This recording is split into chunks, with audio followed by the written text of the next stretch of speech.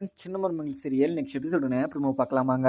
சேதுவுமே கால் வலிக்குது அப்படின்னு சொல்லிட்டு ரொம்பவே டயர்டாகவும் அங்கே மெத்த மேலே வந்து உக்காந்துக்கிட்டு இருக்காரு. இதை பார்த்தா தமிழ்ச்செல்விக்கு ரொம்பவே கஷ்டமாகவும் இருக்குது. எனக்காக அங்கே மாடியிலேருந்து குச்சி கால் ஏதோ ஆயிட்டுருக்கு போல் அப்படின்னு சொல்லிட்டு அங்கே தமிழ்ச்செல்வியும் வந்து என்ன ஆச்சுங்க அப்படின்னு சொல்லிட்டு கேட்குறாங்க. உடனே அங்கே மாடியிலேருந்து குச்சதுனால கால் கொஞ்சம் சுளுக்கு பிடிச்சிருக்கு போல், ரொம்பவே பார்த்தீங்கன்னா வின்னு வலிக்குது அப்படின்னு சொல்லிட்டு சேதுமே சொல்லிக்கிட்டு இருக்காரு. இதை கேட்ட தமிழ்ச்செல்வியுமே இது இது ரொம்பவே வலிச்சுக்கிட்டே இருக்கும், நான் உங்களுக்கு எண்ணெய் போட்டு நீவி விடவா அப்படின்னு சொல்லிட்டு கேட்குறாங்க. உடனே சேதுவுமே சைலண்ட்டாக இருக்க உடனே எண்ணெய் எடுத்துகிட்டு வந்து சேது காலை இங்கே நீவியுமே விடுறாங்க.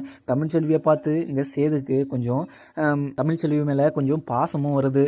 பார்த்துட்டு இவ எதுக்கு இது மாதிரிலாம் பண்ணிக்கிட்டு இருக்கா அப்படின்னு சொல்லிட்டு பார்த்துக்கிட்டு இருக்காங்க. அந்த வழியில் தமிழ்ச்செல்வி நீவி விடுறத பார்த்துட்டு இங்கே எனக்கு ஓகேவாக இருக்குது, இதுவே போதும் அப்படின்னு சொல்லிட்டு தமிழ்ச்செல்வியையும் அமுச்சு விட்டுறாங்க. தமிழ்ச்செல்வியுமே எனக்காக இவ்வளோ கஷ்டப்பட்டு என்னை காப்பாற்றுறதுக்காக காலெல்லாம் பார்த்தீங்கன்னா சுளுக்கு பிடிச்சிட்ருக்கு, எவ்வளோ வலிக்குதே தெரியலையே அப்படின்னு சொல்லிட்டு தமிழ்ச்செல்வியுமே அங்கே ஃபீல் பண்ணிக்கிட்டு போயிட்டுருக்காங்க. போஸுமே நாளைக்கு பொண்ணு விட்டாரு வராங்க அப்படின்னு சொல்லிட்டு ரொம்பவே சந்தோஷமாகவும் இருக்காங்க. இங்கே ஈஸ்வரி எல்லாருமே ரொம்பவே சந்தோஷமாக இருக்க. இந்த கல்யாணம் நடந்தால் ரொம்பவே சந்தோஷமாகவும் இருக்கும். இந்த கல்யாணத்தில் எந்த தடங்களும் வந்துடக்கூடாது அப்படின்னு சொல்லிட்டு ஈஸ்வரி மனசுக்குள்ளே நினச்சிக்கிட்டு இருக்காங்க. சாபுத்ரி தாமரை இவங்க ரெண்டு பேருமே பார்த்தீங்கன்னா அந்த கல்யாணத்தை நம்ம எப்படியாவது நிறுத்தி ஆகணும் அப்படின்னு சொல்லிட்டு அங்கே பிளான் போட்டுட்ருக்காங்க. நம்ம இந்த கல்யாணத்தை எப்படி தான் நிறுத்துறது அப்படின்னு சொல்லிட்டு அவங்க யோசிச்சுக்கிட்டு இருக்க. எதனா அது போகிற போக்கில் எதனா ஒரு ஐடியா கிடைக்காம போயிடாது. போஸு எத்தனை கெட்ட காரியங்கள் பண்ணியிருக்கான், அந்த ஒரு விஷயத்தில் அந்த கல்யாணத்தை நம்ம நிறுத்தணும் அப்படின்னு சொல்லிட்டு ஈஸ்வரியும் இது சாபுத்திரியும் சொல்லிக்கிட்டு இருக்காங்க. தாமரை அம்மா நீங்கள் சொல்கிறது தான் கரெக்டானது. போஸு அந்த பொண்ணை கல்யாணம் பண்ணிக்கினானா நம்ம இந்த வீட்டிலையே பார்த்தீங்கன்னா அசிங்கப்பட்டு தான் நின்றுட்டுருக்கணும். அவங்க அந்த பொண்ணை கல்யாணம் பண்ணிவிட்டு ரொம்பவே வசதியாகவும் இங்கே ஏற்கனவே பார்த்தீங்கன்னா இப்போ நிறைய சீன் போட்டுட்ருக்காங்க. இன்னும் அந்த பொண்ணை வேற கல்யாணம் பண்ணிக்கினாங்கன்னா ரொம்பவே வசதி ஆகிடுவாங்க, நம்மளை பார்த்து சிரிப்பாங்கம்மா, நம்ம எதனா ஒன்று பண்ணி ஆகணும் அப்படின்னு சொல்லிட்டு தாமரையும் பார்த்தீங்கன்னா சொல்லிக்கிட்டு இருக்காங்க. ராஜாங்கமும் எல்லாருக்கிட்டையும் பார்த்தீங்கன்னா நாளைக்கு அங்கே பொண்ணு வீட்டிலேருந்து எல்லாரும் வராங்க அப்படின்னு சொல்லிட்டு அதுக்கான ஏற்பாடை எல்லாரும் பண்ணி வச்சுருங்க அப்படின்னு சொல்லிட்டு எல்லாருக்கிட்டையும் சொல்லிக்கிட்டு இருக்காங்க. உடனே அப்பத்தாவுமே ரொம்ப சந்தோஷமாகவும் இருக்குது. ஏன்னா போஸுக்கு ஒரு நல்ல பொண்ணு கிடைச்சா நல்லா தான் இருக்கும். ஆனால் இங்கே மலர் ரொம்பவே கஷ்டப்பட்டுட்ருப்பா, அதனால இந்த வீட்லேயே நான் இருக்க மாட்டேன் அப்படின்னு சொல்லிட்டு அவள் போயிட்டா.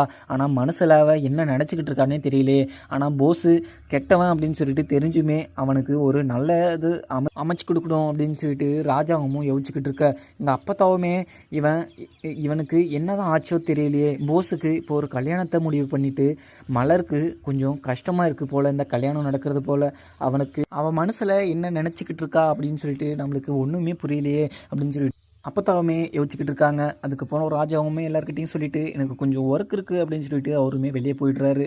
தமிழ்ச்செல்வி இங்கே சேதுக்கு என்ன ஆச்சுன்னே தெரியல. நைட்டு நம்ம சுளுக்கு எடுத்துக்கிட்டோம், இப்போ எப்படி நார்மலாக இருக்கிறாரா அப்படின்னு சொல்லிட்டு நம்மளுக்கு தெரியல அப்படின்னு சொல்லிட்டு வெளியே நின்று பார்த்துக்கிட்டு இருக்காங்க.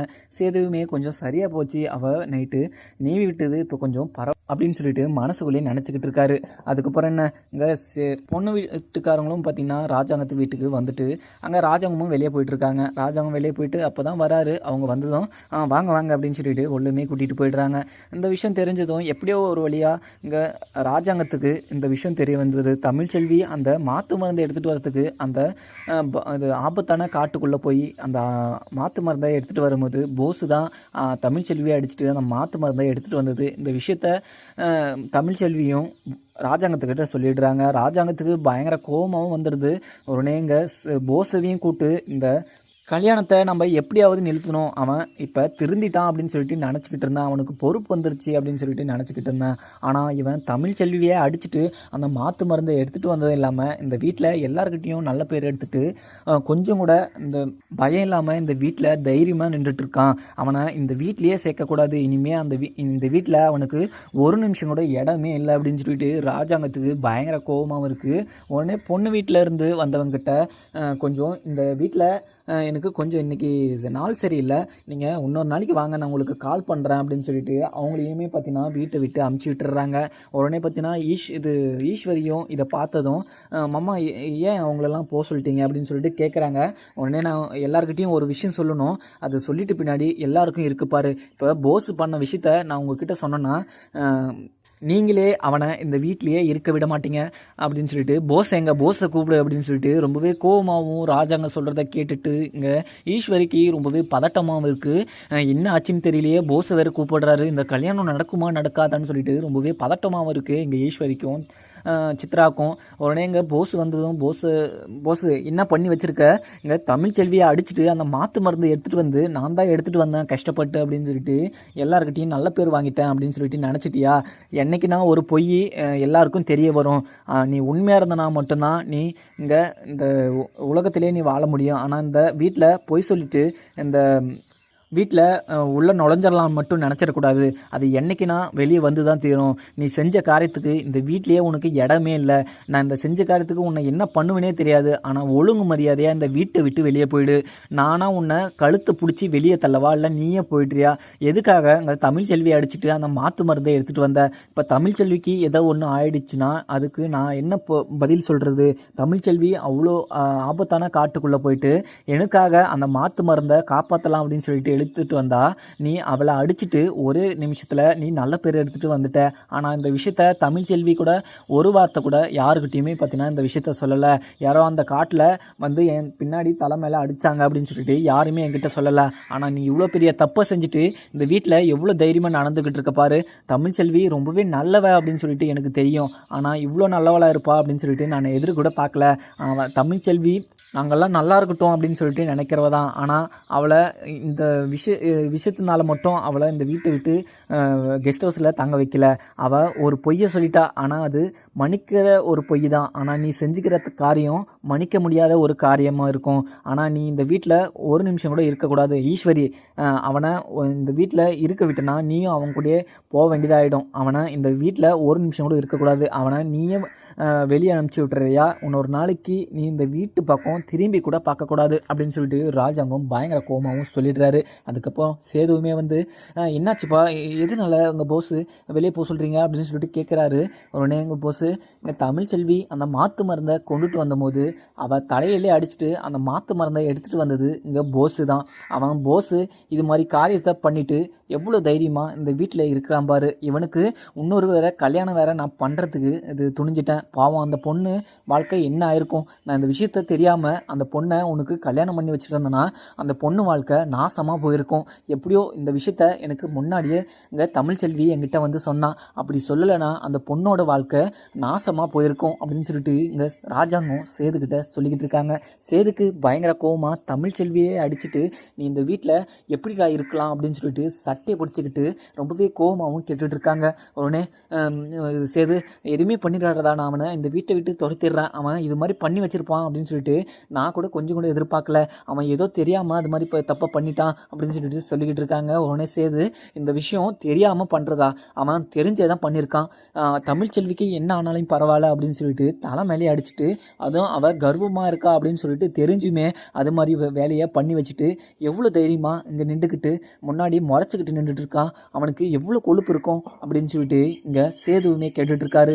உடனே ஈஸ்வரி சேது நான் அந்த வீட்டை விட்டு அமுச்சு விட்டுறேன், நீ அவனை எதுவும் சொல்லாத சேது, அவன் இந்த வீட்டு சைடே வரமாட்டான், இந்த வீட்டு சைடு கூட தலை வச்சு கூட படுக்க மாட்டான் அப்படின்னு சொல்லிட்டு ரொம்பவே கெஞ்சி பார்த்துக்கிட்டு இருக்காங்க.